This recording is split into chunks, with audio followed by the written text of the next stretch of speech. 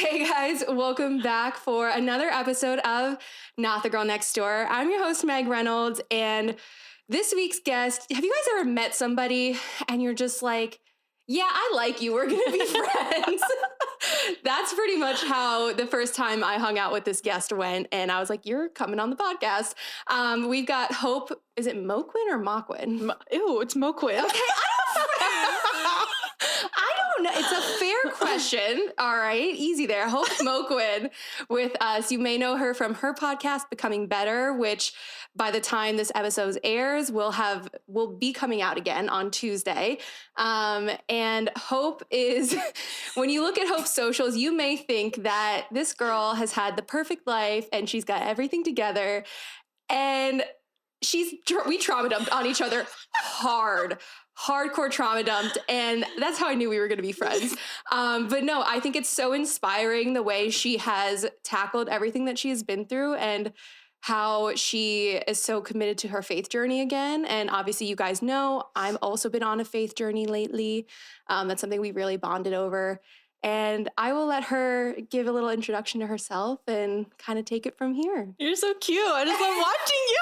I'm like smiling. Like I met Megan like a week ago, and I'm like, I love her so much. Stop.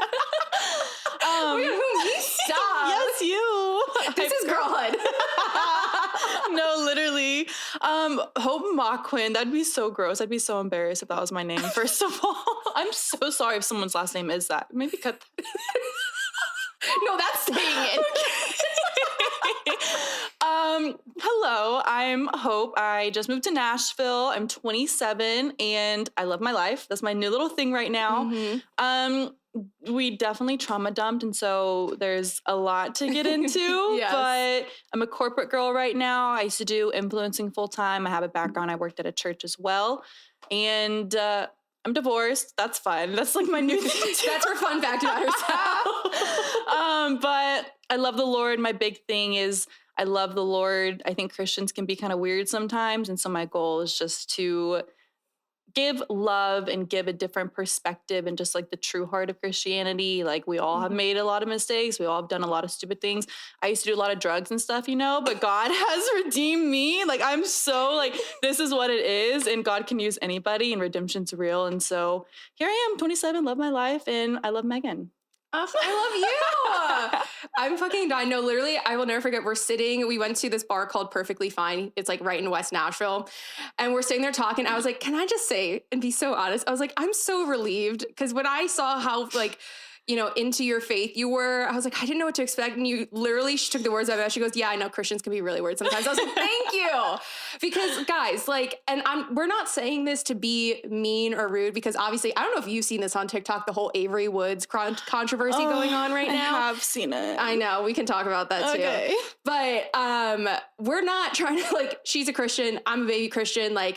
I think it's just sometimes it's really off-putting to people, especially for me. I was coming from New York, all right? Religion's very different up there. You have a lot more Catholics and Jewish people than true Christians. So when you have somebody who it's it feels like every conversation, it's like, well, God and Jesus. I'm like, can we just talk? Can we be human? Can we just talk like humans? We don't have to, I think sometimes people take it not too serious, but they take themselves too serious when it comes to their faith. And it's can we make jokes, please? Yeah.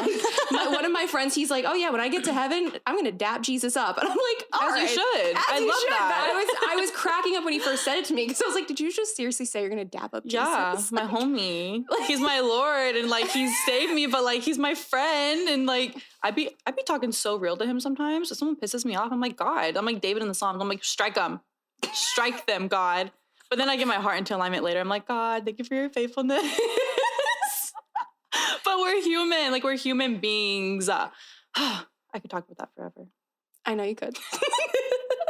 No, but I mean, for people who, have never met you, and if this is their first time coming across you, can you kind of give them a little more background on how you got to be where you are today? Obviously, you can trauma dump as much or as little as you want on this podcast, but obviously I think your story can definitely resonate with a lot of people, because you're so real about hey, I have not had the perfect life. And again, this is why social media is literally just a highlight reel. Because if you went to your socials, you would think, oh my God, this girl's got the perfect life. I want her life. And you're like, no, you don't.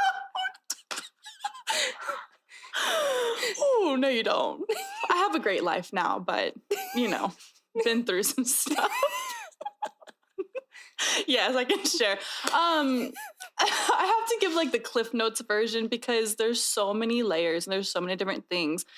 Very overview. Grew up very religious in a religious household. We went to church every Sunday.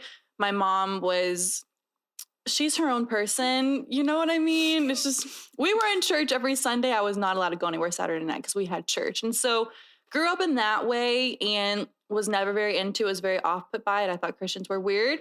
Didn't like the way they talked about each other. Didn't like the way that they treated each other. And I'm like, this is just kind of weird from what they're talking about on stage and then the way that they're living their lives. I'm like, there's a disconnect here. Yes. You know what I mean? And I mean, that's why I think for so long I was resistant to church. And you and I talked about this. I said like between my father and my last relationship, I was like, if these are good Christian men and these are godly men, I was like, then that's not my God. I want no part of that. And it took me a long time to realize like, well, that's their burden to bear. Like I can have my own relationship with God and church. And that's like the only thing that has like carried me through is knowing God for myself and having a personal relationship. Like my ex-husband is a youth pastor who's still preaching to this day. If I didn't have my own relationship with God, I would be an atheist. I'd say, F all y'all. Oh, I said, forget it.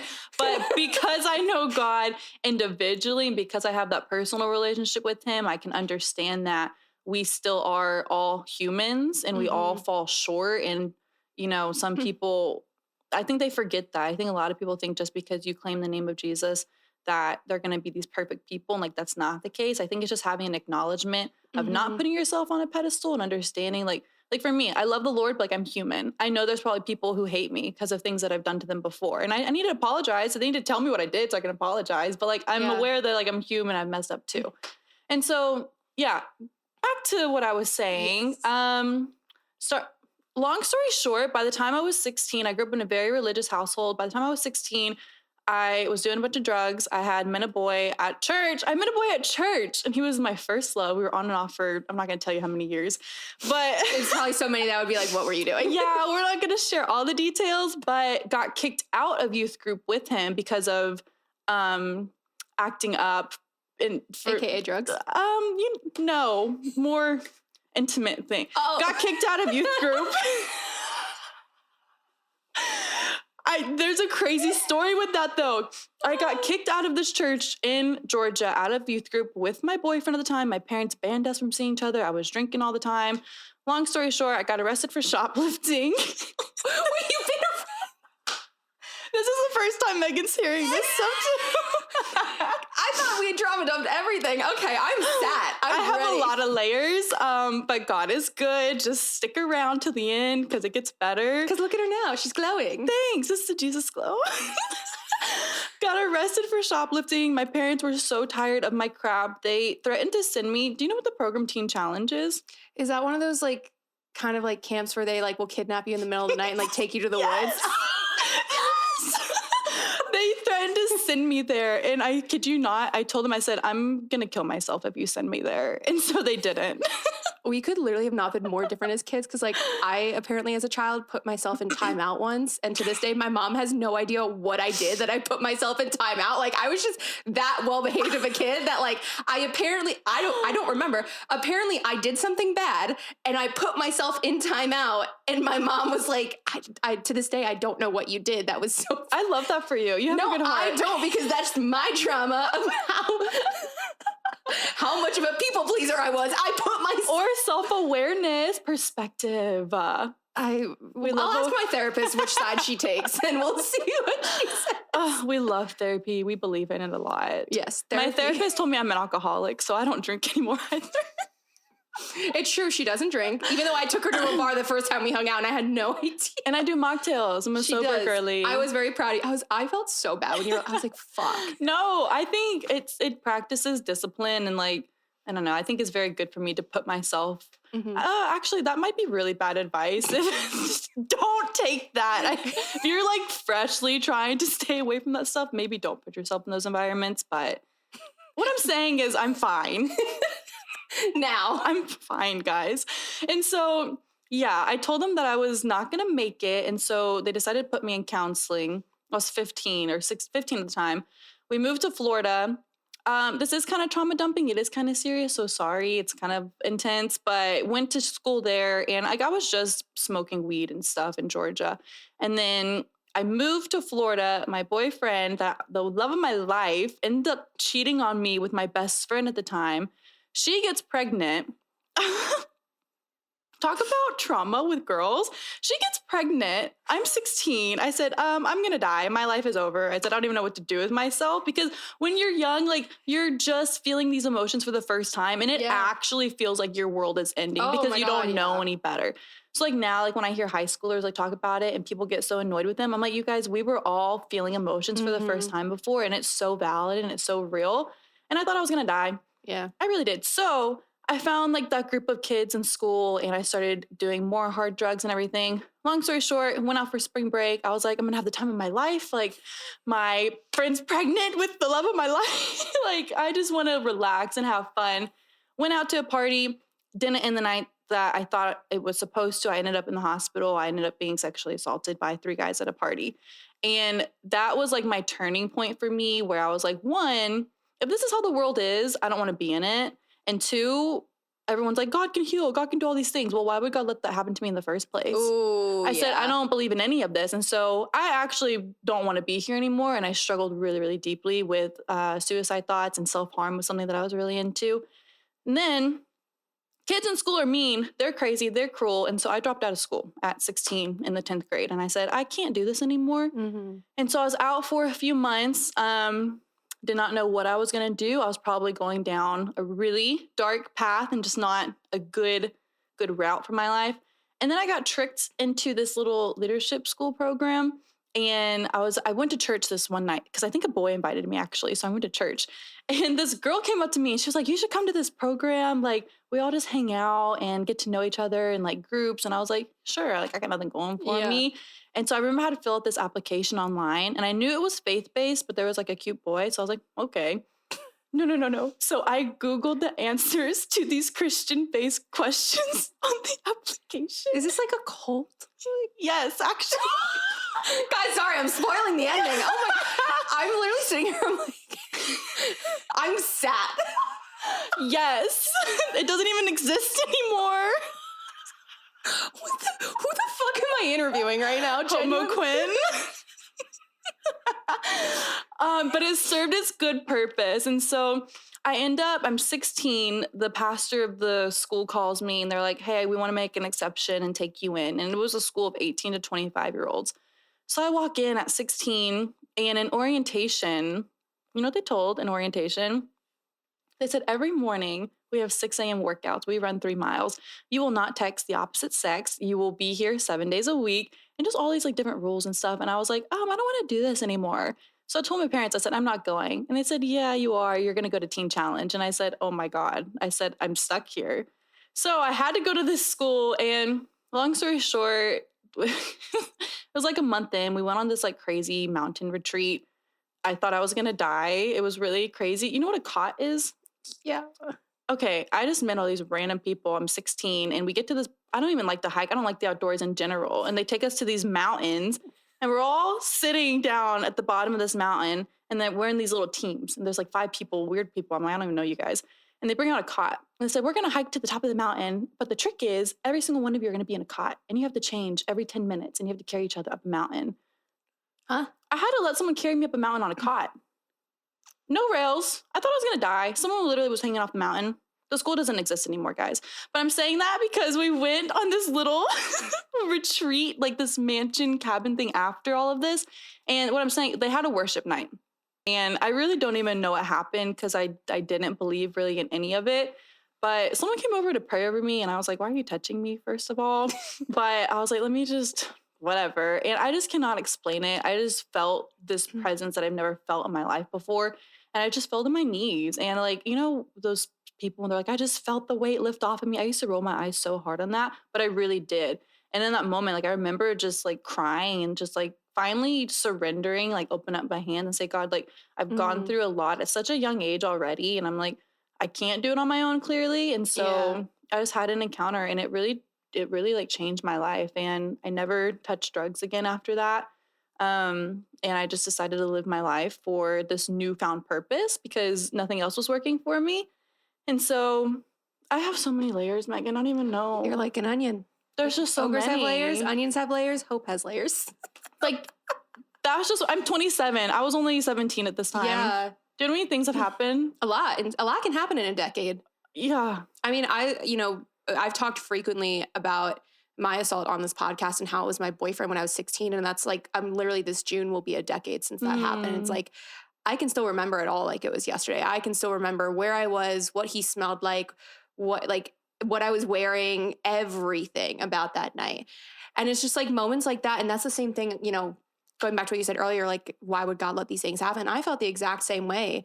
And from my mental health struggles to the way people treated me to all that stuff. And then as I've gotten older and now working on my faith, like, I realized a lot of it had to do with the relationship that I had with myself and like focusing on living my life for myself, decentering men from my life, which I'm sure you can relate to as well. Yeah. And so talk to me too about obviously your podcast, Becoming Better. Like, what part of your journey, made you launch that, and just like, how has it helped you? And, what are you kind of, hoping to bring to it in this like new era that you're in? Yeah, I think that's a beautiful segue into like another part. So I started it during COVID, and I was fresh out of a relationship with another guy that I thought that I was going to have a big future with, but it was one of those guys who was like weirdly close with his family and his sister, Like a mommy's boy? I don't want them to watch this and come at me. It was just not a healthy relationship. And right before COVID, my parents went through a really awful divorce. My mom had an affair, and then she became an addict, and it was just a whole bunch of stuff. The last words I heard from her were F you, and then we didn't talk for 5 years. And so I was going through a lot of mommy issues and a lot of hurt with that. And then the guy that I was dating, that I was in love with, his mom was really, really awful to me. And I had this like deep feeling. I was like, oh my gosh, my own mom doesn't even love me. And then this person who I love, their mom doesn't love me. Their sister hates me. I said, what's wrong? Like, am I just like unlovable? And I was in the shower. All the best thoughts and stuff happens in the shower. But I was in the shower and I was like crying. And I was like, God, like, I'm so like, what's wrong with me? Like, if my mom can't love me, I'm like, who else is gonna love me? And like, why are women like this? Like, I've had so many bad experiences with women in my life. They're catty, they're rude, they sleep with my boyfriends. Like what's going on? And I was like, God, you need to do something about it. And I just felt I feel like I've really felt the Lord speak to me only like 3 times, like clearly. And it was one of those moments where I felt him say, you do something about it. And I was like, that wasn't really the answer that I wanted. And so, but then I sat on it and I prayed. And so then I was like, what is like my heart behind everything that I've gone through? And I'm like, I don't want to let it weigh me down. And I don't want to be bitter about the things that I've seen or the things that I've experienced, but I genuinely I want to become what I never had. And so my goal is to use our experiences to become better and to be the thing that we never had. And so I launched it during COVID. And I think this is so applicable to really anybody, because I think we all have dreams and aspirations. And when I first started it, what is that? Oh my God, that's 5 years ago. Yeah. Do you know how many things I started? I started like a little mentorship program. That didn't work. I started like this digital boxing. That didn't work. I started this little print shop. That didn't work. I started this other thing. That didn't work. I kept on trial and erroring things, however the heck you say the erroring things, whatever. There's this thing of trial and error. Yeah, trial and error. But if you have a goal and you have a heart and you feel like God has put something in you, it's consistency is what matters. And it's just getting back up even if something doesn't work. And so coincidentally enough, I was married at this time, and I was like, I really feel like a podcast is kind of the direction that I need to go. So I started it within a week, made all my art and everything, whatever. I started it within 1 week, had the idea, had the episode up the next week. And within a couple months, my little podcast, I was shocked. It was on top charts. It was like popping off, and it was just doing so well. And I was reaching so many different girls. And I was like, okay, I finally found my groove. And that was 5 years after I started, where my little Instagram page, it was at like 400 followers for years. And within 1 year, it grew from 400. I have like 50,000 now, I think. And it's just because I was consistent and I feel like I was obedient to God. And so my goal is to continue to just be honest about my life of it's not what happened to you, it's not where you started, but it's what you're going to do with what you've been through and how you're going to use to impact other people with it. And so now here I am. And here she is. And we love her.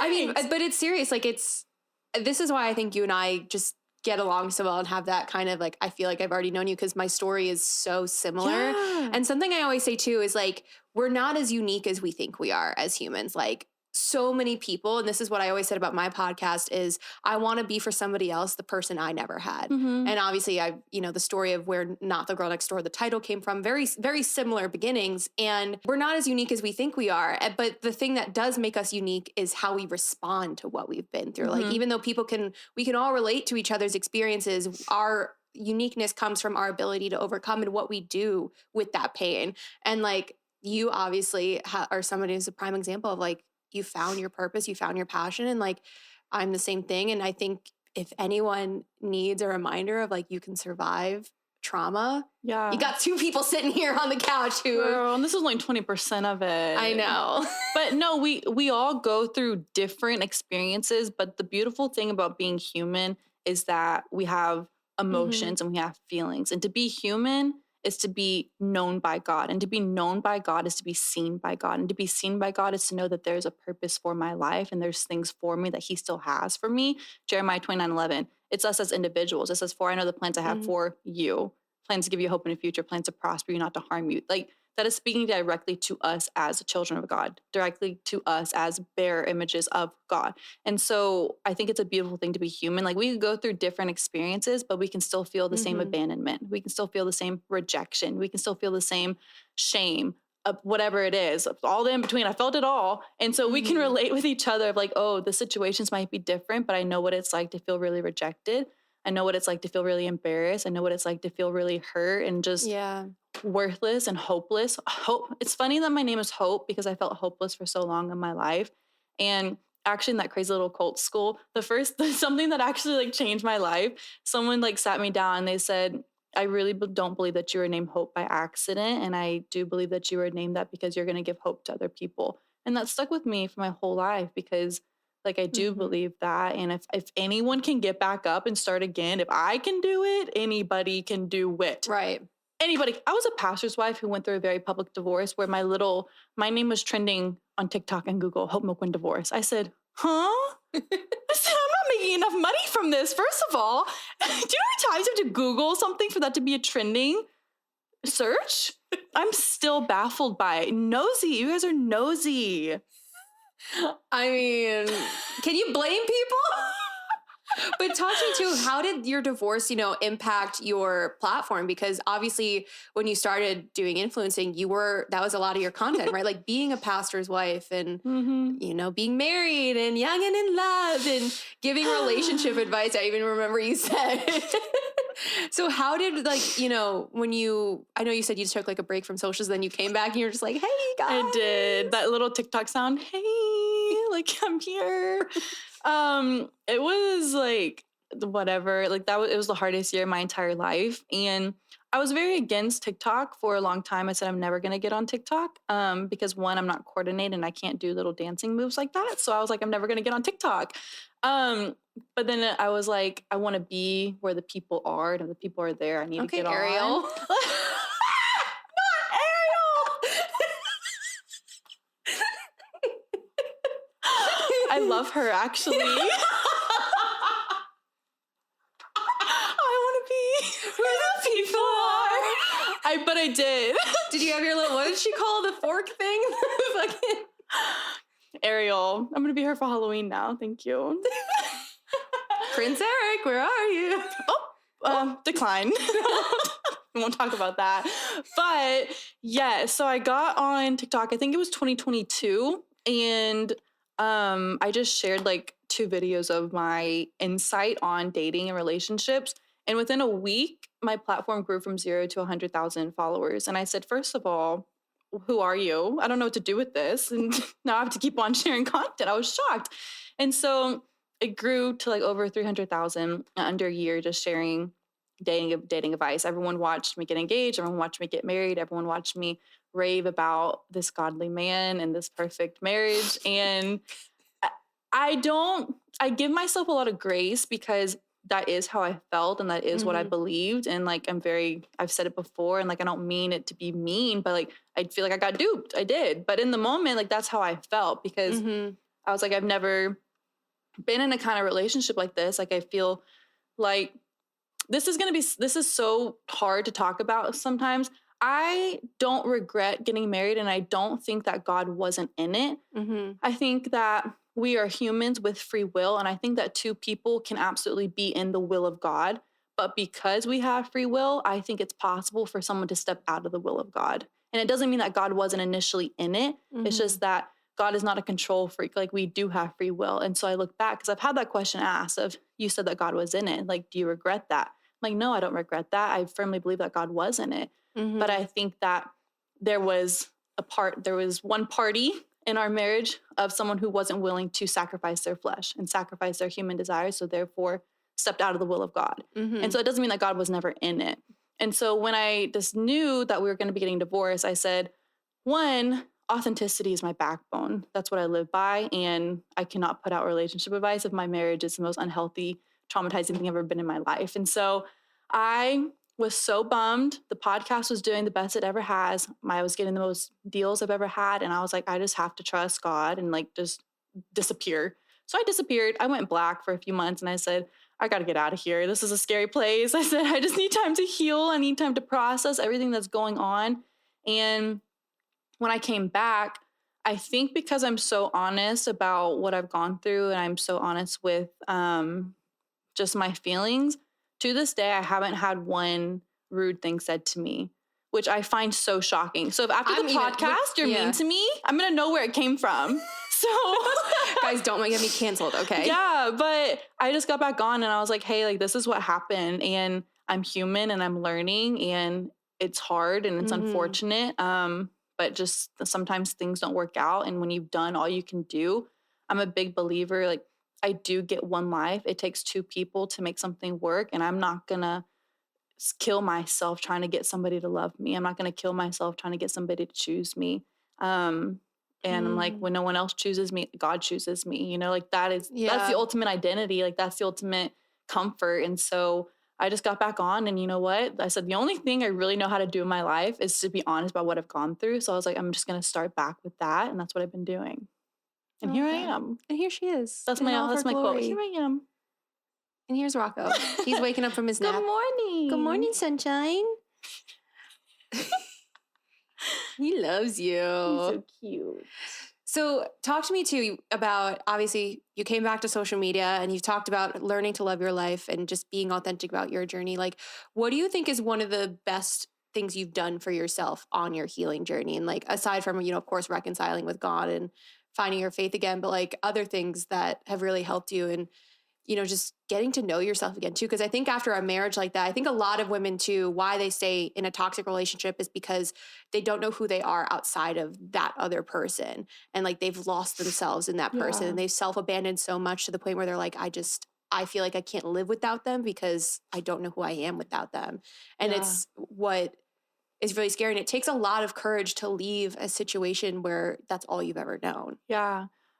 That's crazy. I literally just made a video about this before I came. I did because I was thinking about it. I am on this kick of just learning to love your life because especially in the Christian, like I was so out of the Christian world. And then for the past like decade, I was very much in the Christian world where they're like, have a quick engagement, get married quick, all these things. Kids, God hates divorce. Like it was just, it was a very limited mindset, I think. And so to come out of that and what it is, I feel like I had this whole canvas of everything I had known and everything I had walked through and experienced. And I felt like I just needed to put it in the dumpster. And I really do feel like God gave me a blank white canvas. That's how I felt of saying, hey, like, let's restart. And hey, we can restart and we can rebuild.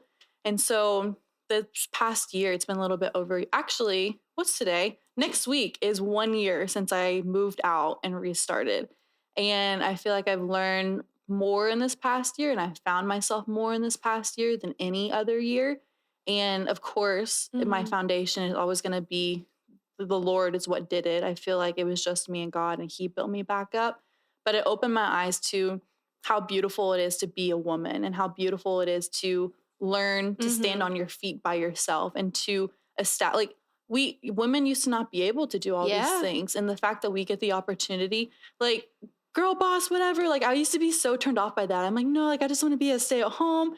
But like now I'm like, it's so beautiful to have the opportunity to build a life for yourself. And if your goal is like, oh, my life isn't going to start until I get a husband or a kid, you're not going to be happy when that even happens if you're not happy within yourself. And like the biggest thing I learned was that your purpose and your joy and your happiness is not something that you're attaining for, that you're striving for. It's something that's found within, and you have to be content and learn to love where God has you now. Or even when you do get to where you want to go, you're not going to be fulfilled because you're not fulfilled where you are now. There's a saying, it's like, we all want what's coming later, but what's coming later, you're going to be, what is the freaking saying? We want what's later, but what's later is found in what God is doing now. And you can't bypass what God is doing now because you need that for what's next. That's what it is. And so, I just restarting. It's not that I was restarting from nothing. Like, I had an understanding of who God was. I had an understanding of the gifts and the talents that I had in myself. But I just think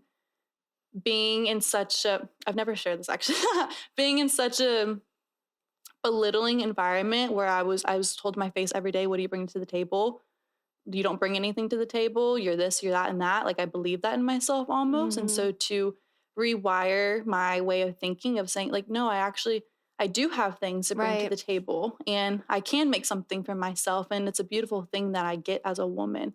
And that now where I am in my career, in my mindset, I love my life, and there's nothing that a man can give me that I can't give myself. And so when I'm looking to bring a man into my life, I'm not looking for someone who's going to sweep me off my feet and take care of me. Like, I can provide myself the life that I want. And so you better be bringing value to my life or get out, like not interested. And I think that's like the most special place that I've ever been in my life. I know, I love that. And it's really comforting and refreshing to like hear that also from a Christian woman. Because I think for me, that's what turned me off to Christianity so much too, was like not just Christian men, but the women who are like, no, you have to live your life to be a wife and mother. And for me, it was like growing up, I always thought that's what I wanted. My parents, they eloped. My mom was 20 years old. My mom 20 after 8 months of knowing my dad. Crazy town. And they pitched it to me of like, we were soulmates. It was love at first, like all of that. And I thought they had this fairy tale life. And my entire life, my entire childhood, you would have never known anything was wrong. They were always affectionate with each other, always loving each other, always going on trips, like truly thought we had like the white picket fence home American dream. My dad came from nothing. Like, he built his like way up. Like, we were the American dream. And then having to reconcile in my 20s of, wow, shit, a lot of that was a lie. That, like, looking back on my childhood and feeling like I was lied to is like a big thing that I'm working through. And I think I'll always be working through, because it's really hard for me now to separate my happy childhood memories from that. Because even though it was their relationship, you know what I mean? And so, I thought I wanted to get married young and have kids young. Like, I thought like I was running out of so much time. I was dating somebody in college for 3 years. I was like, okay, we're going to graduate. We are going to get an apartment. We're going to get married. We're going to have a kid, and da, da, da, da, da. And I always say him breaking up with me was the best thing that ever happened to me. And like and both of my exes, like the best thing they ever did for me was leave me, because I would have never become the woman I am today had those things not happened to me. And even in my last relationship too, like, I stayed so much out of guilt because I didn't, like, I always say, if it wasn't going to be him, it was going to be somebody else that treated me that way because of how I felt about myself and the relationship I had with myself. And now I sit here at 26 recognizing like what a privilege it is to like have my 20s single and like get to know this time to know myself so I can become, a better version of myself. And it's just like, this is why I think we like relate so much on so many things, because it's, I've also had so much love poured into me by my like girlfriends. And finally, I don't know, obviously you've talked about your struggles with women, but same thing. I never felt like growing up, I had that like ride or die friend that every other girl had. And along the way, I finally did. And now those are the friendships that have taught me so much about love and like what I deserve about love. And being able to see myself through their eyes, I'm like, oh, you know what? I am pretty cool. Yeah. No, that's so important. And like, I was living in Texas when this happened. I had moved to Texas when I had just got married for his youth pastor job. And then when I moved out, he moved back home to Seattle without telling me. And so I was like actually like abandoned in Texas all by myself with no family and quite literally no friends because I didn't have any friends when I was married. And in that year, this is like, I want to, like, if you're in a situation of like, oh, like, what should I do? Like, should I leave? Should I stay? I think there's such a beauty in staying planted and letting God redeem things before just running away from things. So what I mean by that is like, I had the opportunity to just leave Texas and move back home, like with my dad or something. But I felt something in me, like, just say, stick around a little bit longer. And so I did. And within a few months, I had gotten connected to this really great girls group. It was a Bible study. And every week I would look around, I'd be like, I'm just waiting for somebody to like do something shady. Cause girls are just, they're hard sometimes, but they didn't. And they were all beautiful girls too. And like, like, I feel like just beautiful girls, they tend to be the ones who are more catty and like jealous or whatever, but they weren't. And I got connected to this beautiful group of girls. And it was so restorative to me of, yeah, I lost this, but I gained so much. And they helped me see more things in myself and just healthy friendship and just restoring pieces that I didn't even really know that I had. And so then when it came time for me to move to Nashville, on January 1st, which I wrote on January 1st in 2024, I knew I was getting divorced. It was like a month before. And I had wrote down, I said, this year, I think I had said that I wanted to make girl friendships and I wanted to plan to move back home closer to my family. And then on January 1st of this year, I had moved to Nashville and I was like reflecting on everything. And I was like, so much pain happened here, but because I chose to stick around and stay there and I let God redeem things, like I look back on Texas and I'm like, I love it. Like there's so many beautiful things there. And it made me see the importance in putting yourself out there to be open to girlfriends. And just because you've been hurt before, there's a book called Speed of Trust by Stephen Covey. Okay. And I hated it the first time I read it. He was like, we all have trust issues. And he said, the only way to learn how to trust is to trust. And I said, that's not helpful. That's not helpful at all. I don't like that advice. Wrong advice. No, literally. But like it is like deep connection is a risk. And that's just something you have to be willing to take. But a quote that like shaped my life this past year too was believe the best until proven otherwise. Because if you don't, you and what you've experienced is going to keep you from so many good things. Yeah. And so if I like had that mentality of all those girls of I've been hurt by girls in the past, I'm not going to open myself up. No. Believe the best until proven otherwise. And when you are proven otherwise, goodbye. Right. You're cut. But until then, you're going to miss out on so many beautiful things if you let your past trauma and your past hurt keep you from experiencing good things in your life, because God wants good things for you. And the enemy wants to get in your head and be like, oh, you're going to do this again. This is going to happen. No, believe the best until proven otherwise. And that has like saved my life. Okay, but I love that. Now I kind of want to read this book. But it's true, because people do the same, especially with dating. Everyone's like, my high school girlfriend cheated on me, especially boys. It's like, they'll be like, oh, I got cheated on in high school, or oh, she led me on. It's like, this is crazy, because I have a reel going viral on TikTok right now talking about how I can't date a nonchalant guy. I saw it. Actually, I was like, that's my girl. I was like, and it's true. I am a planner. I'm a very thoughtful person. My love language is acts of service and gift giving. That's how I show love to people. Good to know. And I've had some men in the comments be like, well, one man tried to tell me like, you just want a woman, like you don't want an actual man. I'm sorry? He was like, men are never going to think like that. I'm like, or I literally responded, I was like, you're just lazy in love. Like, or he's gay. But I'm like, I don't just want a woman. Like, I want a thoughtful, a partner should remember your birthday and your middle name, like basic details about you. The bar is in hell. Like literally, I had a man comment saying I was asking for too much for a man to remember like what my birthday is. Is he single? He looked like he was 40 and single. So yeah, probably. But then I had a couple other guys just comment being like, we've been hurt so much. Da, da, da. I go, as if women haven't. I go, look at men can be in abusive relationships too, but look at what the data and statistics show about domestic violence, sexual assault, like all these things. It's like women take the brunt of the issues, right. And yet we still have such big hearts and try to love because we want to be genuinely loved. And I literally commented back to all of them. I'm like, go to fucking therapy. You commented back, you're better than me. Oh, well, help the algorithm. Got to do the engagement. But okay, fair. But it's true. Like, I literally said, I'm like, this is why you have to heal, because that mindset going into a new relationship, you're going to destroy a perfectly good woman who will give you every ounce of love that she has. And you're going to destroy her simply because you can't deal with some girl from 7 years ago who fucking cheated on you. Like, right. That is pathetic. That is pathetic. And that's the thing that I've kind of realized with dating a lot of the times now is I used to be so in my head about what, like, the guy would be like, I really like you, I'm just not ready for a relationship. And I would take it personally of like, well, what's wrong with me? Like, why is my, like, you can't love somebody so hard to make them love you back. Like, you can't manipulate them to make you love, like, there's nothing wrong with you. And I've now just been like, okay, that's a turnoff, because if you're not willing to deal with your issues and face your traumas and do the emotional work, I want no part of you. Like, truly, I don't think I could date a guy now who, if he's like, I won't go to therapy.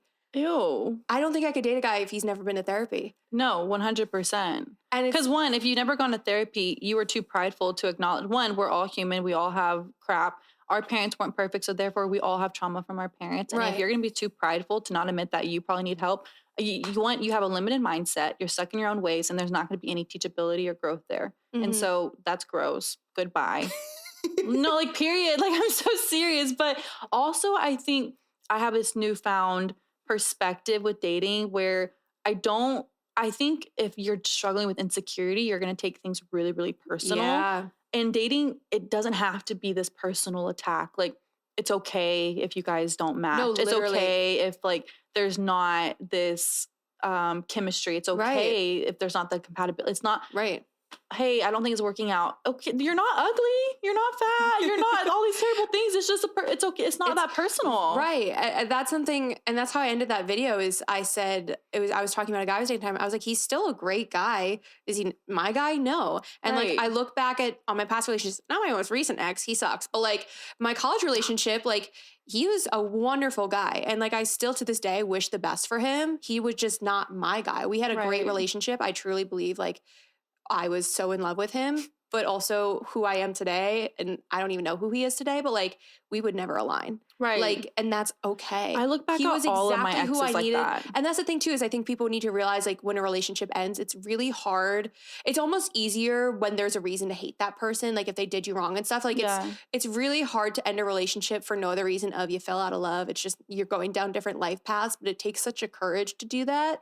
And you can still have all the love in the world for them. It doesn't mean you have to hate them. Right. You shouldn't hate anybody, or I have some people I hate. You shouldn't, but like, what? Like, that's only harming you, and like, unforgiveness is only bothering you, because they're not thinking. The people who have done you wrong, I had a reel go viral, and I'll still talk about it to this day. The people who do you wrong, they're not thinking about you. They don't care. And so the only person that it's affecting is you. And so let it go. No, like, literally, I don't hate anyone. Even my ex-husband, oh, Lord, get him. But like, I don't hate him. God's going to deal with his stuff in his own time. But like, I'm not going to live in unforgiveness or bitterness, because he's not thinking about all the things he did to me. And I know that he's not. But if I was sitting around thinking about it, then I'm not going to be able to be who I'm supposed to be and do all the things that I'm made to do, because I'm thinking about someone who doesn't even care. God saw, God will deal with it. And so, you hear that, God? Go. Sorry, God. Sometimes I just be talking to him crazy. I mean, sometimes if you got a lot of anger built up, it's fun to be a hater, but I also do understand your point. That's a very, she's a year older, so she's a little more mature than I am. I've lived that. Why? Because I was like, it's fine. Through it. It's like the 5 stages of grief. Like, you have to go through the anger. You have to go through like the pain, like the grief, like all of those, every sort of relationship you're going to go, whether it's a friendship, romantic, like the 5 stages of grief are still applicable. And you just have to let yourself feel those emotions. And, you know, especially again, nowadays, everything is so hard. Social media, I think there's so much good to it, but also it can be such a drawback. And it's, again, how you perceive it and how you utilize it. It is. And that's why I feel like I'm very contradicting to a lot of advice that's out there, because I'm very much like, there's so much freedom and forgiveness. There's so much freedom in just viewing people through the eyes of grace and mercy, like God views us. And listen, I've been following God for like 10 years now, or 11 years. I did not have that viewpoint. I actually talked about this the other day. I was like, some of the stuff that comes in my mouth, I'm like, I can't believe this is coming out of my mouth. Because when I was new to my faith, I'd be like, I would never talk like that. Or I would never be legalistic. And I'm like, it's not legalistic. It's just the more I've grown in my relationship with God, the more that I really do want to try to be like him, because his way really has been the best way for my life, and all the things that I've done and all the ways that I've tried to handle situations. It never worked. But like, the true freedom and the true joy and happiness that I have is really just being focused on, is my life in alignment with his word? Is my life in alignment with his purpose for my life? I can't control nobody else, but I can control my life. And when my eyes are on him, I'm like, there's so much peace because I'm like, oh, it's me and God, and like God's gonna take care of me, and whatever, he can bring whoever needs me in my life, and he'll remove whoever needs to be taken out. That's the most beautiful prayer to pray. God, remove whoever does not need to be in my life. He'll do it, so be careful because he will. He'll remove him quick. But I don't want anyone in my life who shouldn't be there. Yeah.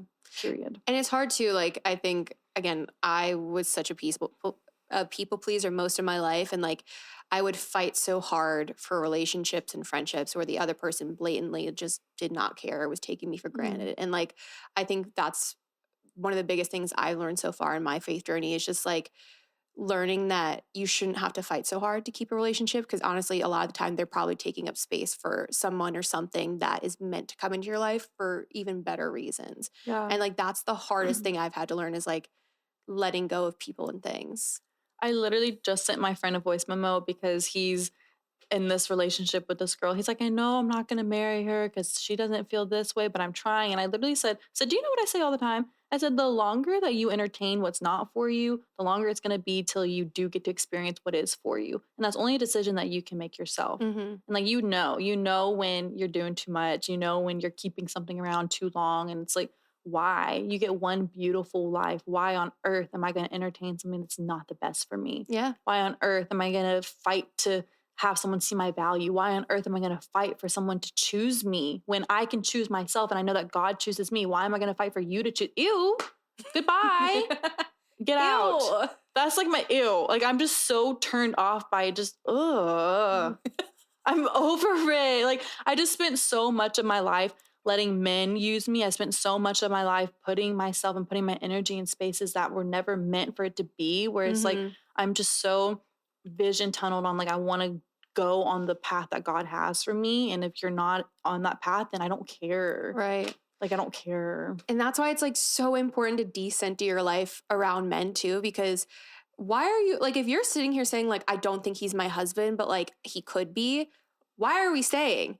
I mean, look, I literally just talked about this in last week's episode. I was like, yeah, when I was with my really toxic ex, I'm still in therapy dealing with that crap. Like, I literally remember saying to my friend, like, I don't think he's the guy I'm going to marry. And I still stayed for like an entire year because I knew he could be the man that I wanted him to be and that he made himself appear to be, but he was never going to be that man for me. And something I've said too is like, I truly hope he heals and I hope he becomes that person for the next girl, but it was never going to be for me because it takes you leaving for them to have that wake up call. And that's why a lot of women say, they're like, but what if I leave and he changes? It's like, well, then great. He changed for the person that he was going to change for, but like, it was never going to be you, unfortunately. Even if you're with someone and there's like big issues, like I'm talking about like character integrity issues, even if they quote unquote change for you, like you don't even want that. It's not an authentic change. Ooh, that's such a good way of looking at it. Well, I've seen that in my life. I was with this one guy long time ago, but he changed a lot and he changed for me. But the moment that I broke up with him, he went right back to all the things that he supposedly changed. You don't want someone who's going to change for you. Someone needs to change for themselves, and someone needs to have that own desire of, I care about my character. I care about my integrity. Therefore, I'm going to change for myself, not for somebody, because it's not authentic. The moment you break up, they're going to go right back to all the things they supposedly changed and left for you. I've seen it firsthand every time. That is such a good way of looking at it. Because like something I always say is like, when I think the definition of like, not the definition of a healthy relationship, like I think the ideal relationship is one where like you motivate each other to become the best versions of yourself. Become better? Yeah. Like, like, no, but truly like I want, and something I say is like, I want someone who's going to see me, see how driven and passionate I am and be like, you know what? Like I want to stay on her level. And like, we just push each other to become the best, but it's like, I don't want him to feel like he has to do that. I want him to do it because he wants to. Yeah. And like, but that is even such a better way of putting it too, of like, but he has to do it because he wants to be that person. Yeah. Like he genuinely wants to embody those values. Yeah. It's so gross to me if a guy doesn't. Like, I don't want you to change. Like, I'm turned off. Is this frontal lobe development? No, it's probably not. And I don't think guys develop at 25. I think it's way later. No, I think like a study came out, it's actually like more like 30 that their frontal lobe is fully developed, and women that's 25. Yeah, I don't know. I need an older man. Like a man who is established in his own integrity, his own character, his own career. He has his own routines. His mommy doesn't have to cook his dinner for him. Like, I'm so serious. No, I'm so serious. I'm laughing because I'm like, ugh. You know how embarrassing? I look back at some of the stuff that I put up with men, and I'm just like, It's embarrassing. I want to, you know, that trend. I had coffee with my younger self. I would slap myself silly. I would slap myself. Like, what are you doing? I went out for Valentine's Day because it just happened. Went out with this man one time. We were sitting there, and he was like, I was going to get you flowers and chocolate, but you didn't tell me about Happy Valentine's Day. I said, oh, okay. What? I should have blocked him right there. There's just so many things. I'll never forget my ex one time was literally came home. It was for Valentine's Day, and which was also our anniversary, mind you, and said he was going to get me flowers, but he forgot. And I was like, I literally don't even know what to do with that. Like, don't even tell me at that point. It's just some of the stuff. Like, there was just such a factor of me understanding who I am and the worth that I have in myself and in God, where I put up with stuff like that. I know that saying, it's so cliche. We accept the love we think we deserve, but we really do. No, we do. I literally We say that. do. We do. It's how we feel about ourselves. Trying to think how to word this. Like, the partners we choose for ourselves are absolutely a reflection of how we see ourselves. And same thing, the people we surround ourselves with, it's a reflection of how we see ourselves. I think I hated myself for a long time. I mean, same. Like, you especially, but like, no, for real. no, I hated myself. She hated herself. Like, I think I it's had like, a man choose video games over me. I had my, this might be too, I don't know if I should say this on the podcast. No, the counselor said if it comes down to it, are you going to choose your wife or video games? And he said, I'm never giving up the games. Don't hate the player, hate the game. I'm unwell. But I think I hated myself because I was like, am I the problem? That's embarrassing. I'm embarrassed for you. My counselor helped me a lot.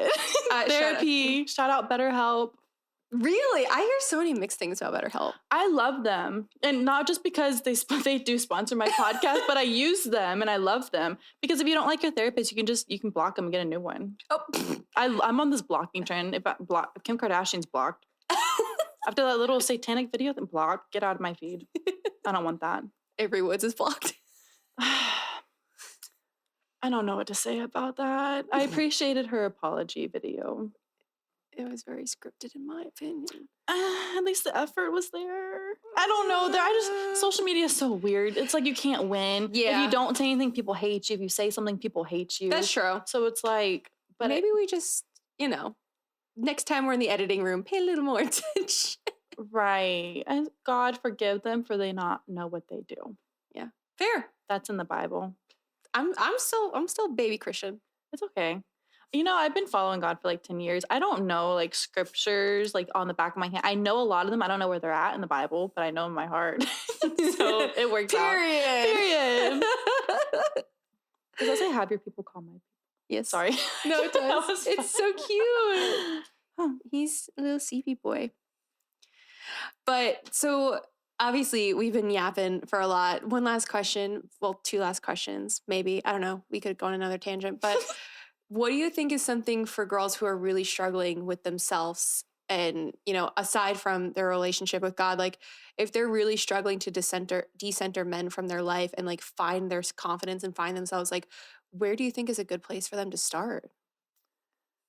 You're going to hate my answer, but I'm sorry. I'm not sorry, actually. The answer really is God. Like it's not aside from God because God is the center. And I think the moment you have anything else in the center, everything's going to be unaligned every single time. And that's what I've noticed with my life. Anytime that I've gotten frustrated or I've gotten depressed or upset or just not happy, I had to like relook at where my priorities were and where my focus and my center was. And it's usually when I took God off of the center and the spotlight. And it's like we were made by God for God. And so when that's not in alignment, nothing is going to work out the way that we think that it's going to. And so like I can't give practical advice aside from, because like that's the only thing that's worked for me. Like I like to consider myself an intelligent person. I've read all the self-help books. I believe in therapy. I've done it all. But the only thing that has ever fixed my focus and healed my heart and given me purpose was understanding my value in God and understanding what his word says for me. And like, that is a thing that has given me peace. That is a thing that has given me purpose. And I think that sometimes we hear that a lot in Christian. Oh, they're so extreme. Sometimes you have to be, because the world is so loud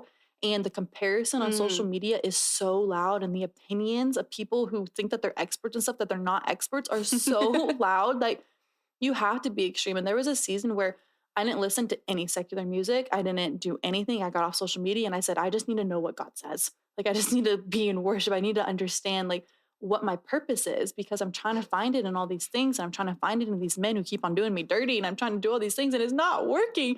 And I did have to be extreme. And I had to get back to the beginnings of that Billie Eilish song. What was I made for? I was made by God for God. I was made for a purpose he has for my life as an individual. And like I said earlier in that verse, it says, for I know the plans I have for you.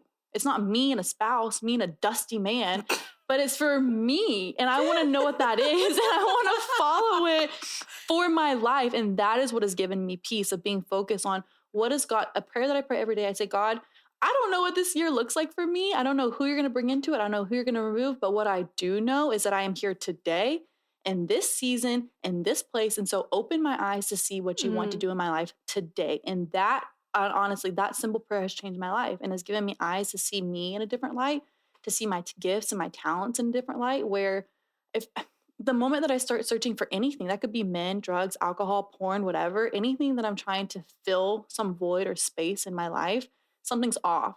And it's because I have a disconnect in who I'm created to be. And that's what I've learned. And so if you're struggling with anything, I think there's a disconnect in your ability to see who you really are and what you were really made for. And I think once you get that back into line, everything else falls into line. I say, when you know what's important to you, and you know what you value, you always know what decisions to make.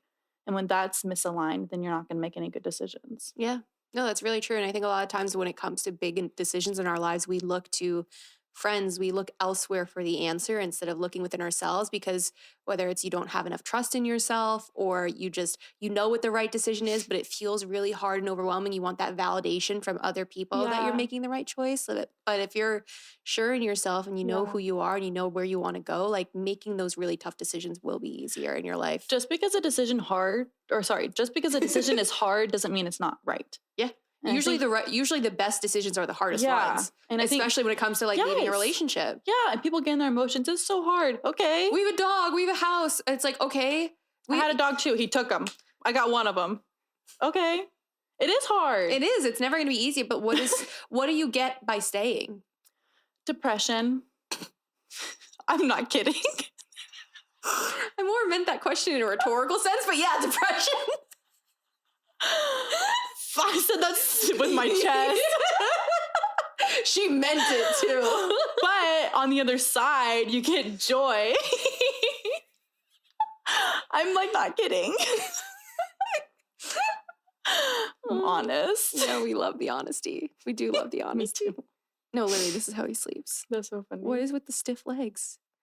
He's not real. Like, what is this? He's so stiff. You okay? And that's how he sleeps. He'll sleep on his back. Like, that's cute. It's cute, but he's also a little weirdo. We love him though. But also, so where can people find you on social media too, so they can hear your podcast and everything? My handle is Hope Moquin, not Moquin. All right, she's never gonna let Hope that Moquin. go. I'm on Instagram and TikTok. That's it. And your podcast is becoming better. Oh yeah, becoming better. I get weird about talking about myself. It's my biggest flaw, I think. I shut down. I get so awkward. But you can find me at Hope Moquin or Becoming Better. Well, thank you for joining me.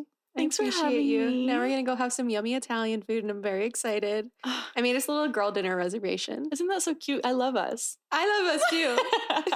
This probably won't be the last you guys see of Hope. So wow. Okay, I did a good job then. You did. I'm very proud of you. Why do you think you were like? I don't know. I said depression, so then I was like, did you not hear me drop the F-bomb like 20 times? You're right. I stopped cussing too. It's been very hard for me. I don't know if I can give that up. The Bible says. Okay. I'm just kidding. I'm kidding. Growth. Baby steps. I love the F-bomb. I'm sorry. I'm also Italian. Me too. It's not an excuse. All right. You're no fun. Yes, I am. Yes, I am. I'm Italian. My dad was a sailor. I kind of got, screwed from both. I'm not judging because I'm human. That sounded kind of judgmental. I'm not. I know. I would tell you if I'm judging. She was kind of judgmental there. No, I'm very honest. You guys saw it. She was a little judgmental. No, now I'm going to get hate comments. Don't send her hate comments. Just kidding. Oh, goodness gracious. But I'm your host, Meg Reynolds. This is Hope Moquin. Thanks. Make sure you go follow her. Check out her podcast. She is wonderful and amazing. This was another episode of Not the Girl Next Door. I don't know why I said that like that. That was weird. Whatever.